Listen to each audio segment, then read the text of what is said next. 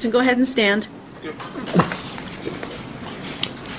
Yes, Your Honor, I stand before you today sorry, somewhat confused.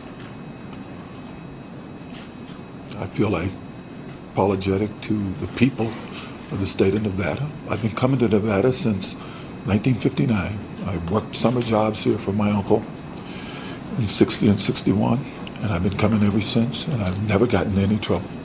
People have always been fine to me. When I came here for a wedding. I didn't come here to reclaim property. I was told it was here.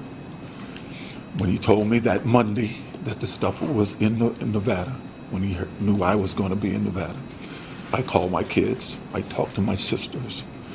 I called the Brown family, and I told them I had a chance to get some of our property back. Property that over the years we've seen being sold on the internet. We've seen pictures of ours that were stolen from our home going into the tabloids. We've called the police and asked what to do. They've told us what to try to do, but you can never find out who was selling it. And this was the first time I had an opportunity to catch the guys red-handed who had been stealing from my family. I knew these guys. I did think Mike Gilbert would be there. And I know, as they told me, the two guys there, that he was the one who did it. But I have no hatred for Mike Gilbert. In the past, as we know, you heard on the tape, Mike Gilbert tried to set me up in a porn video, tricked me into a room with hidden cameras. And they still wrote in the newspaper and the tabloids, they still had cover stories that OJ did it, even though there was no porn video, even though I didn't participate in it. I forgave Mike. I yelled at him, and I forgave him, just like I yelled at Bruce and Beardsley. And I've forgiven them. We've talked about it, Beardsley and I, the next day. And Bruce and I have hugged and talked about it. His kids have called me since this. We've apologized to each other. The only person I requested to help me here was Mr. Stewart. I did request him. I needed his car. I asked him if he had some guys to help me remove these things from the room.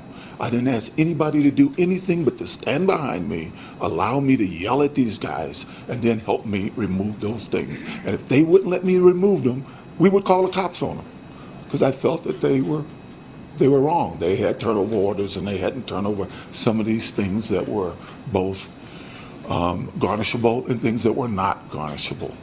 I didn't want them to yell at them. I think Mr. McClintock in a previous trial said that I didn't ask them to yell at anybody. Unfortunately, they did, and I believe it was my fault because I brought them there. And I knew the character of a couple of the guys that were there, and it was my fault that they were there. But in no way did I mean to hurt anybody, to steal anything from anyone. I spoke to Bruce before I left the room. He told me what was his, and I called him, and I got to the car and I said, exactly what do you have? I want to send it back to you. I talked to the police officers. I volunteered immediately to come back, show them what was taken, and to tell them what took place before anybody talked to the police. I was the first guy to volunteer to do it, and I heard on the tapes that they thought I was stupid for doing it. But I didn't want to steal anything from anybody. I don't think anybody there said I wanted anybody else's stuff, just my own.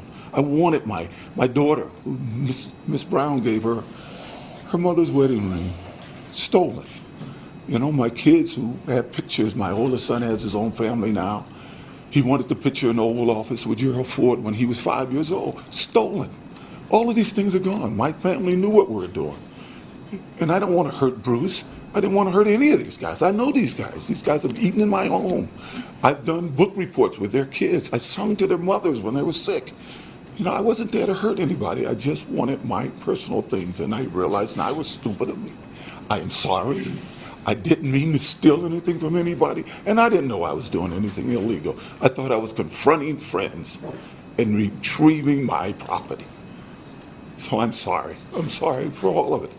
But all the other guys, except Mr. Stewart, volunteered. They wanted to go. Mr. Stewart is the only person that I asked, would he come to help me? All the rest of them, when they found out, they volunteered. Come on, let us go. One of them wanted to be the security guy. He claimed he was a security guy. But I didn't mean to hurt anybody, and I didn't mean to steal from anybody. Thank you. Thank you. Okay,